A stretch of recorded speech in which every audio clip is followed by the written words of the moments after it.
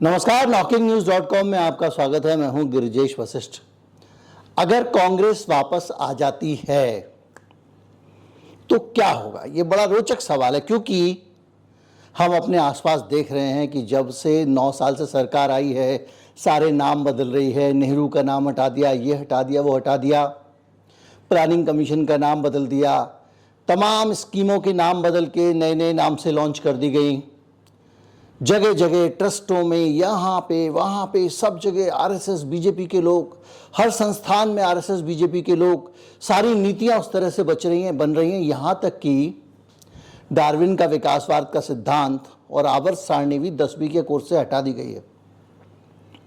तो अब सवाल इस बात का है कि अगर कांग्रेस आ जाती है 2024 में तो वो क्या करेगी, और यह समझने के लिए आपको यह देखना पड़ेगा कि आज कांग्रेस क्या कर रही है, और यह भी समझना पड़ेगा कि जैसे जैसे कांग्रेस पार्टी के इरादे स्पष्ट होते जाएंगे, वैसे वैसे जो निजाम है आज का, वो पूरी कोशिश करेगा कि कांग्रेस पार्टी पावर में न आ पाए, और जहां पावर में है वहां से भी हिला दिया जाए। जैसे कि कर्नाटक, आप कितने भी तगड़े बहुमत से आए हों, ऑपरेशन कमल आपकी सरकार को मध्य प्रदेश का विपक्ष बना सकती है, और जब आपको लगेगा, बीजेपी को लगेगा कि खतरा उसके लिए बढ़ गया है, तो वो ऑपरेशन कमल करने की कोशिश करेगी। आज के वीडियो में हम यही समझेंगे कि बीजेपी की सरकार जब जाएगी तो क्या शुरू होगा। कहीं मत जाइए, चैनल को सब्सक्राइब कर लीजिए। ताज़ा उदाहरण है, उनको लेकर बातचीत करेंगे।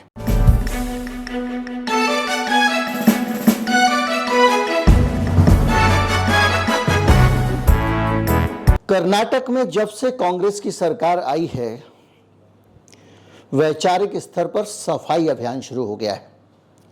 जहां जहां जो ठप्पे दिख रहे हैं उनको मिटाया जा रहा है। जहां जहां जिस तरह की चीजें हैं उन सब पे नए सिरे से सरकार काम कर रही है। कर्नाटक की सरकार का एक बड़ा काम यही हो गया है कि किस तरह से आरएसएस और बीजेपी की निशानियों को शहर से और प्रदेश से हटाया जाए। कर्नाटक में पहली बार बेंगलोर, आप जानते हैं कि सांप्रदायिक हिंसा के मामले में कर्नाटक कितना बदनाम रहा है। गौरी लंकेश की हत्या कर्नाटक में ही हुई। हिजाब वाला मामला हो, मारपीट हो, बहुत सारी चीज़ें आपने देखी होंगी, मोरल पुलिसिंग हो, कर्नाटक बदनाम हो चुका था इसके लिए। और ये कहा जा रहा था कि दक्षिण में कर्नाटक हिंदुत्व की प्रयोगशाला है, और कर्नाटक और आपका असम, ये दोनों राज्य कुछ ज़्यादा ही एग्रेसिवली हिंदुत्व को इम्प्लीमेंट कर रहे थे। तो अब जो हो रहा है वो ये हो रहा है कि इसको अंडू किया जा रहा है और इसके ऊपर सख्ती का प्रोग्राम शुरू हो गया है। हम सिलसिलेवार तरीके से चलते हैं तो आप अगर समझेंगे तो देखेंगे, मैंगलोर में बाकायदा मंगलुरु पुलिस ने एक एंटी कम्युनल विंग बना दी है।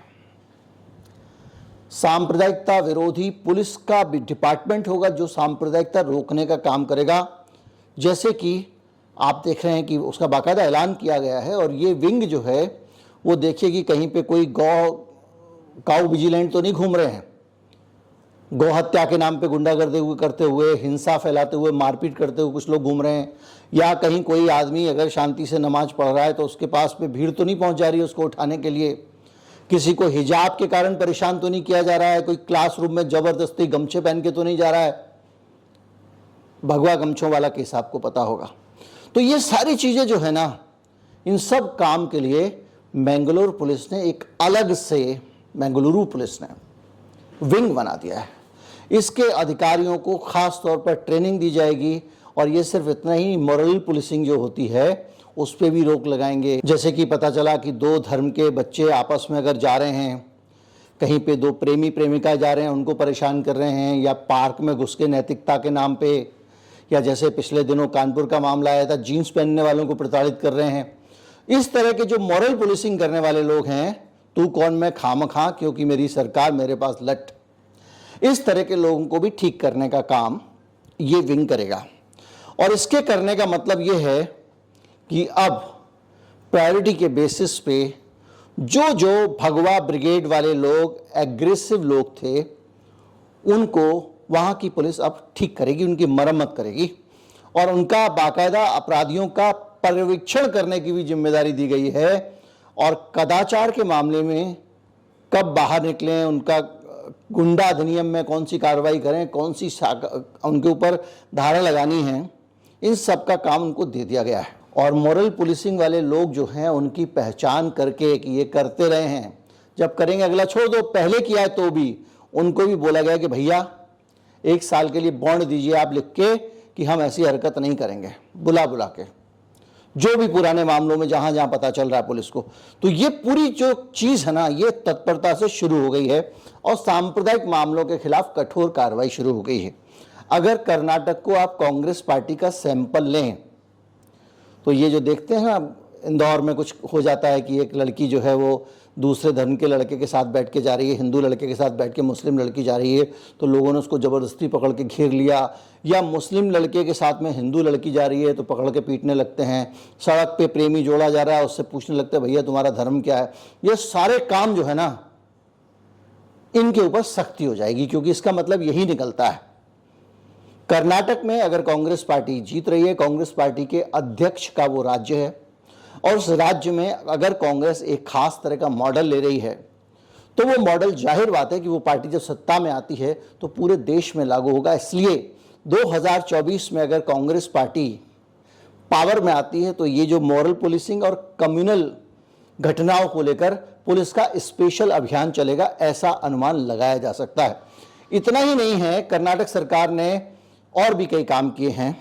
वहाँ पे जो उनका कोर्स है उसके अंदर से भी कई पाठ्यक्रम निकाले जा रहे हैं, जैसे कि केशव बलिराम हेडगेवार, डॉक्टर हेडगेवार जिन्होंने आरएसएस की 1925 में स्थापना की थी, उनको कोर्स में उनके जीवनी विवनी शामिल कर दी गई थी, उस सबको भी हटाया जा रहा है।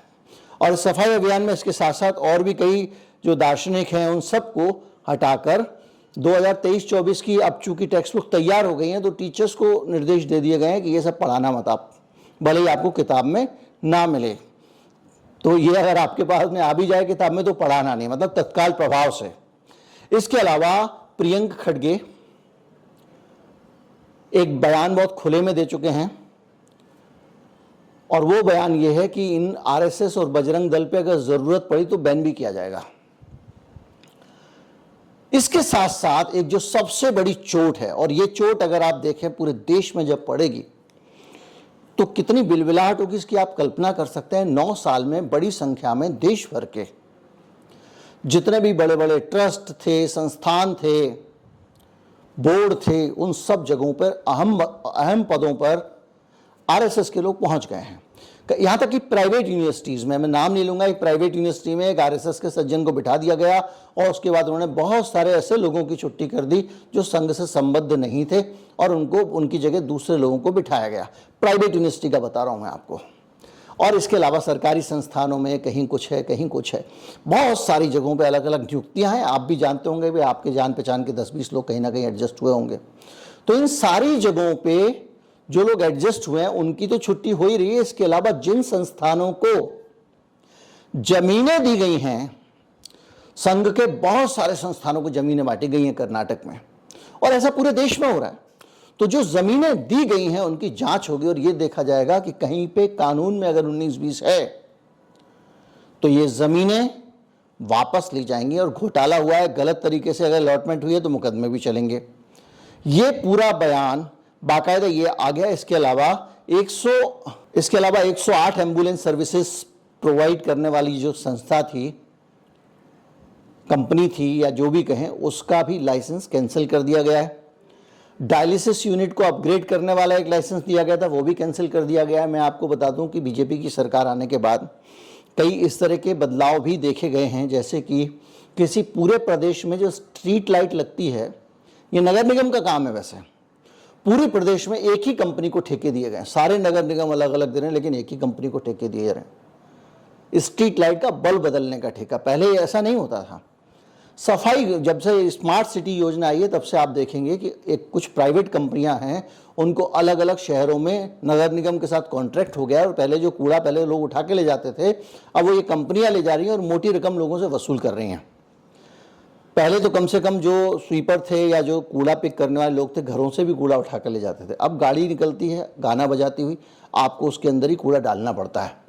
तो ये जो लोग भी हैं जिनको एक साथ बड़े बड़े कॉन्ट्रैक्ट मिल रहे हैं, उनको लेकर भी सवाल हैं। और उन सवालों के मद्देनज़र ये कर्नाटक में जो दिखाई दिया वो ये दिखाई दिया कि ये जो 108 एम्बुलेंस सर्विस है, ये भी किसी ऐसी कंपनी को दे दी गई थी, उस सेवा का कॉन्ट्रैक्ट भी खत्म कर दिया गया है। इसके साथ साथ ये देख रहे हैं कि ये अलॉटमेंट कानूनी तरीके से हुआ या नहीं हुआ है। 2019 से 23 के बीच में जितने भी लैंड अलॉटमेंट हुए हैं उनकी डिटेल्स बीजेपी की सरकार ने नहीं दी है, ऐसा कांग्रेस का दावा है। और कह रहे हैं कि वो डिटेल हम निकालेंगे और उसके जरिए पता लगाएंगे कि किस किस को क्या क्या रेवड़ी बांटी गई है। प्रियंक खड़गे ने इसको लेकर एक प्रेस कॉन्फ्रेंस भी की है और वो कहते हैं कि कोई भी कानून तोड़ेगा, चाहे वो बजरंग दल हो, चाहे वो आरएसएस हो, हम उसके ऊपर प्रतिबंध लगाने में जरा भी हिचकेंगे नहीं। पहली प्राथमिकता प्रदेश में शांति व्यवस्था कायम करना है। कोई भी व्यक्ति अगर शांति व्यवस्था भंग करता है तो उसके खिलाफ कार्रवाई होगी। आपको याद होगा बजरंग दल पर प्रतिबंध लगाने के बाद कितना बड़ा विवाद हुआ था और बीजेपी ने उसे ये बताने की कोशिश की थी कि बजरंगबली के खिलाफ बयान दिया गया है। और ये बहुत सारी चीज़ें इसमें देखते जा रहे हैं। इसके साथ साथ पिछली सरकार ने जो प्रतिबंध लगाए थे, जैसे हिजाब वाला प्रतिबंध है, स्कूल की लड़कियों को हिजाब पहनकर जाने से रोक दिया गया। मैंने आपको एक वीडियो बनाया था, उसमें यह बताया था कि इस देश में हिजाब को लेकर क्या पॉलिसी पहले से रही है। केंद्रीय विद्यालय का जो यूनिफॉर्म का प्रोटोकॉल होता है सेंट्रल गवर्नमेंट का, उसमें हर कपड़े का रंग तय होता है कि भाई लड़का शर्ट पहनेगा तो ऐसी पहनेगा, पैंट पहनेगा तो ऐसी पहनेगा। उसमें ये डिफाइन किया गया था कि हिजाब अगर पहनेगी लड़की तो वो इस तरह का हिजाब होना चाहिए यूनिफॉर्म के अंदर, तो वो लागू किया जा सकता था। जो लोग कह रहे हैं कि भाई एक तर्क आया हिजाब के खिलाफ कि अगर किसी संस्थान का यूनिफॉर्म कोड है तो उसका पालन करना चाहिए। अब यही केस आ गया मध्य प्रदेश में। मध्य प्रदेश में गंगा जमुना स्कूल है, उसमें उन्होंने कहा कि लड़कियों को सिर पे जो है वो ढक के आना चाहिए। अब उसके खिलाफ जो है धर्मांतरण, हिजाब आरोप लगा के वहाँ हल्ला कर रहे हैं। अब वहाँ ड्रेस कोड नहीं लग रहा है, यहाँ ड्रेस कोड लग रहा था। खैर, तो जो भी है ये प्रतिबंध हटाए जाएंगे। अब हिजाब के ऊपर से प्रतिबंध हटने जा रहा है कर्नाटक में, इसका ऐलान हो चुका है। इसके साथ साथ किसी भी प्रकार की विभाजनशील गतिविधि के खिलाफ सख्ती से कार्रवाई होगी। जिन स्कूलों और विश्वविद्यालयों में मुंबई सरकार में इससे पहले जो सरकार थी हिजाब प्रतिबंधित करने के लिए सर्कुलर जारी किया गया था, उनको बाकायदा कह दिया गया है कि अब आप हिजाब के लिए इजाज़त दे सकते हैं। अब ये सारी चीज़ें जो है ना ये हो रही हैं। वो कह रहे हैं राज्य की छवि, सामाजिक रूप से समानता, कोई भेदभाव नहीं और इस सब पे ध्यान दिया जाएगा। सिर्फ हिजाब के कारण कर्नाटक में 18,000 बच्चियां स्कूल नहीं जा पा रही हैं। ऐसे नियमों को इजाज़त नहीं दी जाएगी। अब आप इससे अंदाज़ा लगाइए कि मुख्य धारा में आना, मुख्य धारा की शिक्षा, धर्मांतरण, गोहत्या कानून, ये सारी जितनी गतिविधियां चल रही थीं, इन सबको अब कर्नाटक की सरकार कर रही है अंडू, वापस ले रही है। अब आप इसके थोड़ा सा आगे सोचें। 2024 में कांग्रेस आती है, उसकी आइडियोलॉजी क्या होगी ये साफ देखा जा सकता है। और दूसरा सवाल ये भी है कि कर्नाटक में जिस तरह की सख्ती कांग्रेस की सरकार ने आते ही दिखानी शुरू कर दी है, फॉर्म में आ गई है जिसको कहेंगे आप, या नए नए मुल्ला जी ने 4 प्याज ज़्यादा खाने शुरू कर दिए हैं, उसको क्या मोदी, शाह एंड बीजेपी बर्दाश्त करेंगे?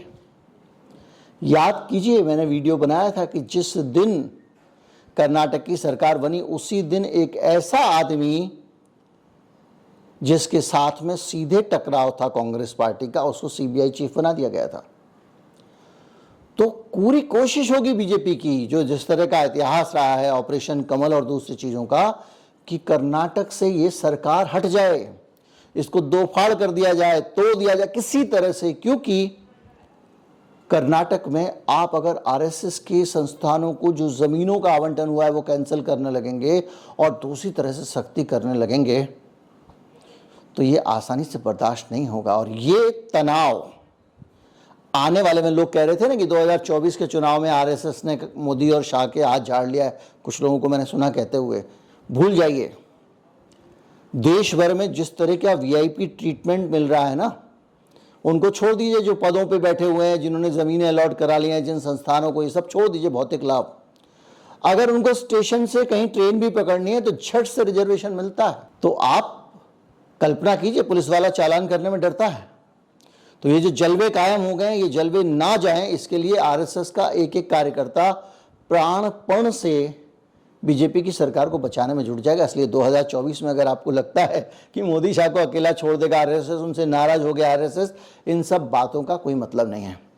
बहरहाल जो तस्वीर है वो ये है कि 2024 में अगर कांग्रेस आती है तो ये जितना भारत बदल गया है, नया भारत है, अमृत काल में जो भारत का नया स्वरूप सामने आया है, हो सकता है अंडू हो जाए, हो सकता है संगोल हट जाए वहाँ से, हो सकता है कुछ और चीज़ें। ठीक है, सड़कों पर हंगामा होगा, विरोध होगा, लेकिन कांग्रेस पार्टी अगर सरकार में आती है तो ये मान के चलिए इन सारी चीज़ों को दोबारा से वाइप आउट किया जाएगा, सारे संस्थानों से लोग हटाए जाएंगे।